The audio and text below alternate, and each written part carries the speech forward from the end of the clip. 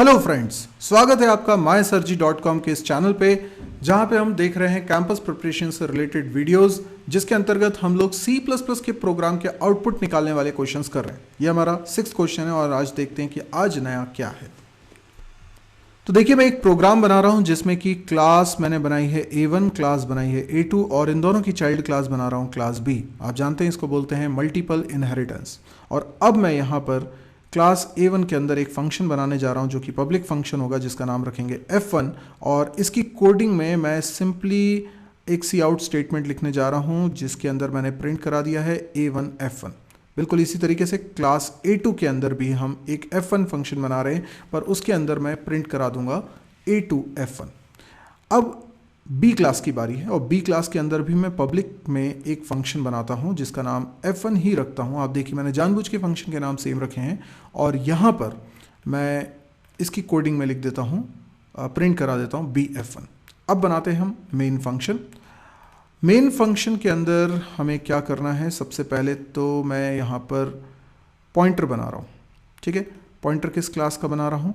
A1 class का pointer बना रहा हूँ और फिर ऑब्जेक्ट बना रहा हूँ B क्लास का।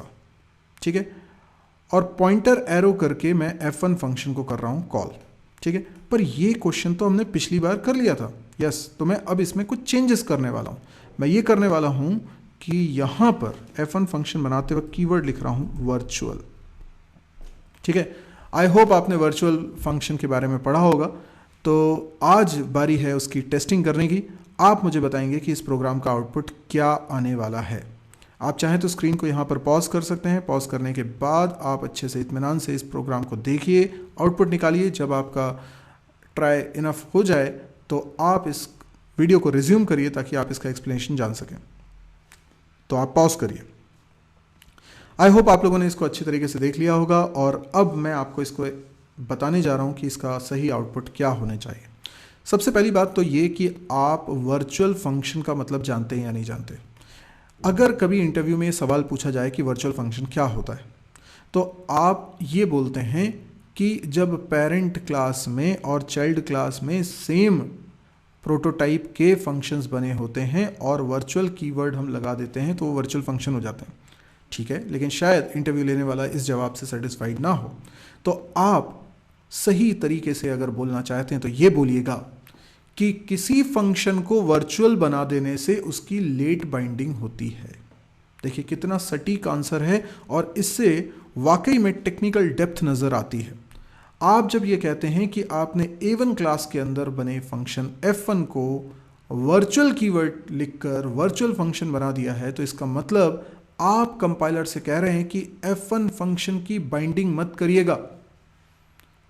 कौन से F1 की?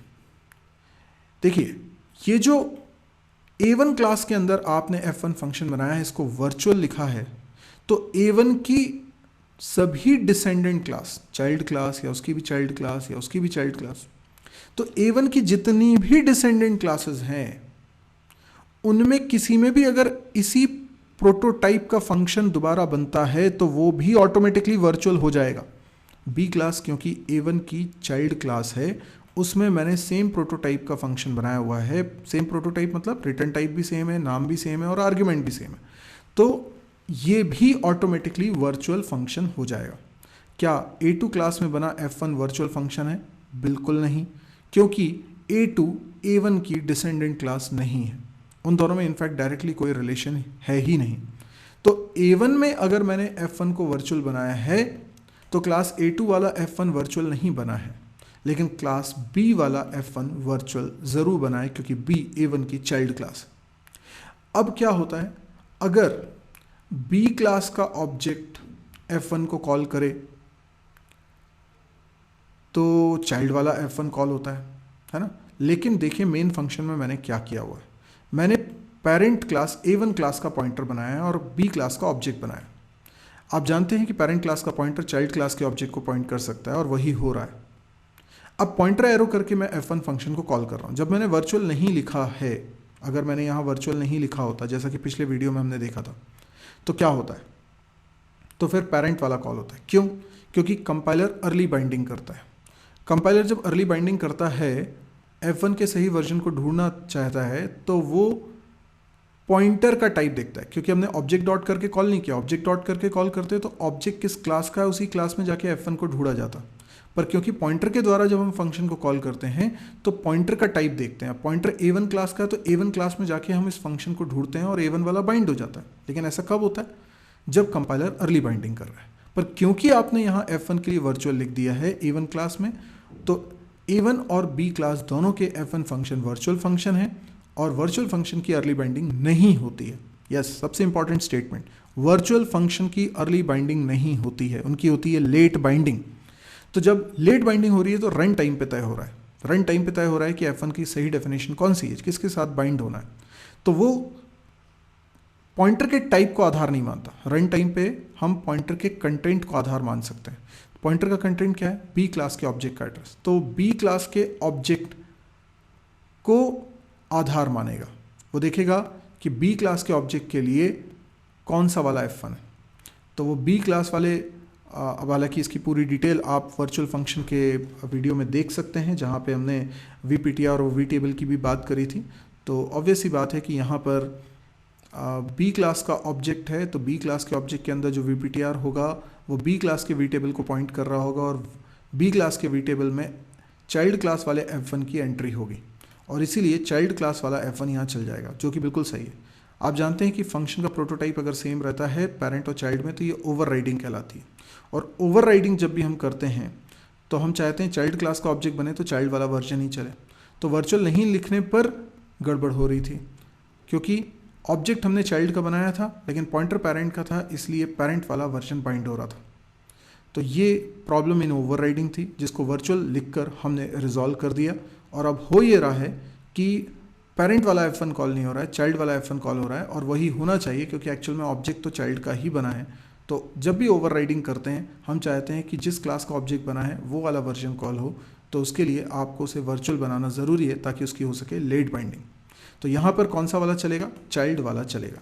तो मैं इसको रन करके एक बार दिखाता हूँ। ओके, लेकिन इसमें एक एरर आ रही है, आइए समझते हैं ये एरर क्यों आ रही है। यहाँ पर एक करली ब्रैकेट मैंने कम लगाया हुआ है, तो यानी जो कॉन्सेप्ट हमने समझा है उस कॉन्सेप्ट को डिस्टर्ब मत करिएगा क्योंकि वो बिल्कुल सही बना हुआ है। ये एरर तो इस वजह से आ रही है क्योंकि मैंने यहाँ पर सेमीकोलन नहीं लगाया है गेट CH के बाद, ठीक है। तो जो अपन ने कॉन्सेप्ट समझा है उसमें कोई दिक्कत नहीं है। तो देखिए कौन सा चल रहा है, बी क्लास वाला F1 चल रहा है और यही हमने तय किया था कि बी क्लास वाला F1 यहाँ पर चलने वाला है।